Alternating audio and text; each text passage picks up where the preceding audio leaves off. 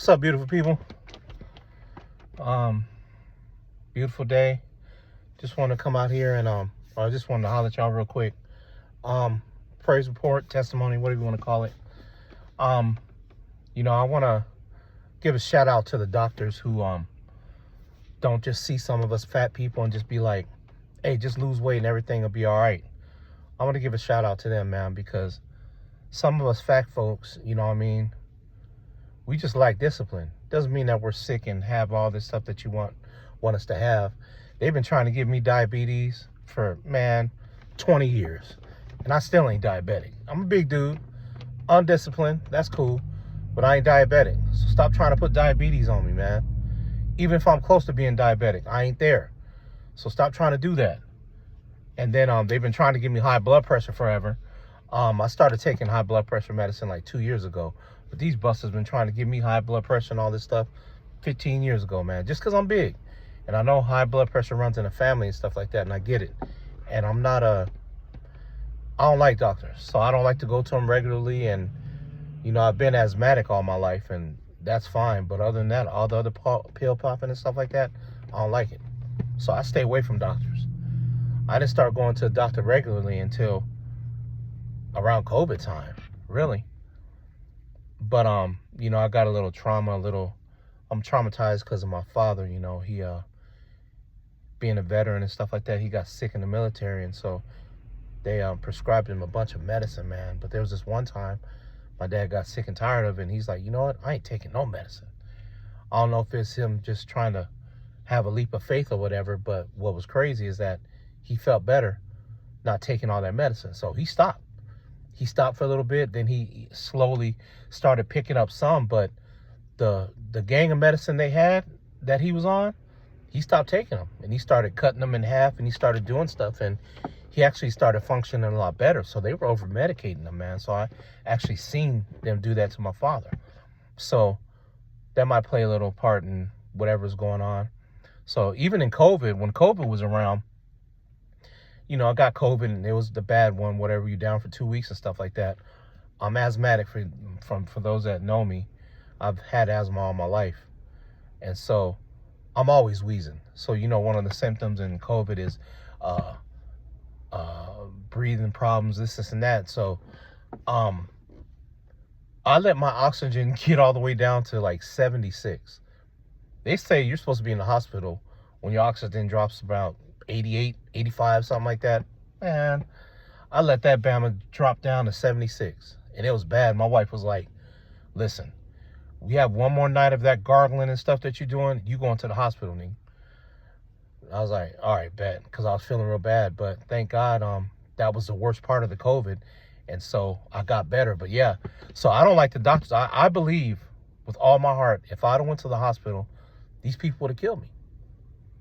They would have tried to put me on a resuscitator and that trach thing, and they would have killed me, man. And I thank God that I didn't go, because I believe they would have killed me, because this was a time where they're trying to figure out what's going on with COVID and stuff like that, and experimenting and all that stuff. And a lot of people didn't make it because of that trach and all that other infection stuff. So they would have put me on a trach.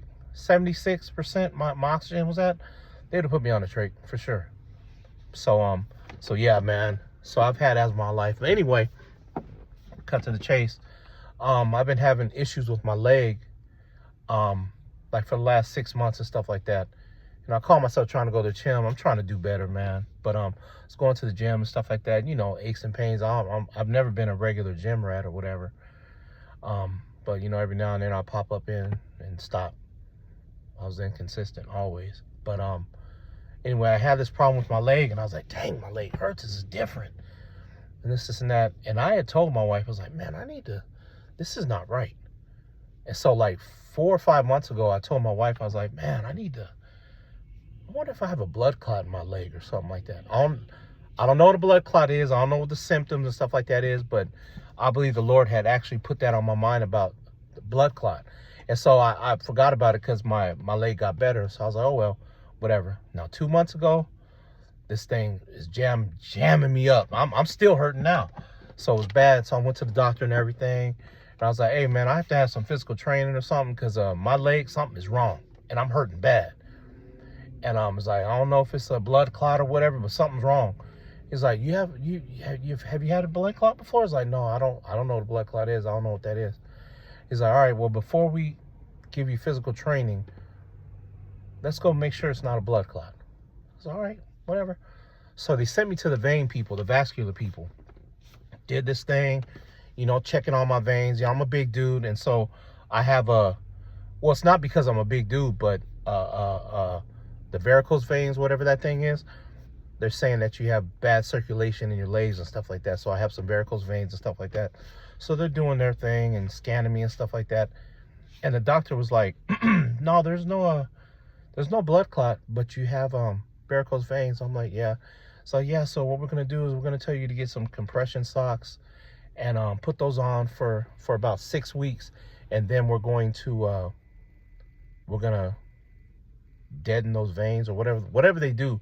They're gonna do the veins and stuff like that. So they're gonna kill some veins that are struggling, so the other veins could get more strength, something like that. I'm paraphrasing, but anyway, they're gonna do some stuff on my legs. So I was like, all right, cool. So all right, legs still hurting bad and stuff like that. So today is what? Today's Tuesday. I'm calling the doctor this week because I was like, dude, my leg is hurting bad. I don't know what's going on. It's just whatever, this and that. So yesterday, Monday, the doctor's office called me. Say, hey, Herschel, now this and that, stuff like that. Hey, so yeah, we're going through your results, and you have a deep vein thrombosis, something like that. Whatever, this and that. It's like, really?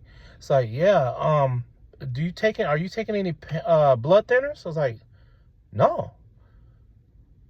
So anyway, so it ended up being it's a blood clot. That's what deep vein thrombosis is. It's something like a blood clot, something, or it can turn into a blood clot. It's the beginning stages, whatever it is. But it's a blood clot. The vein people missed it, man. They missed it.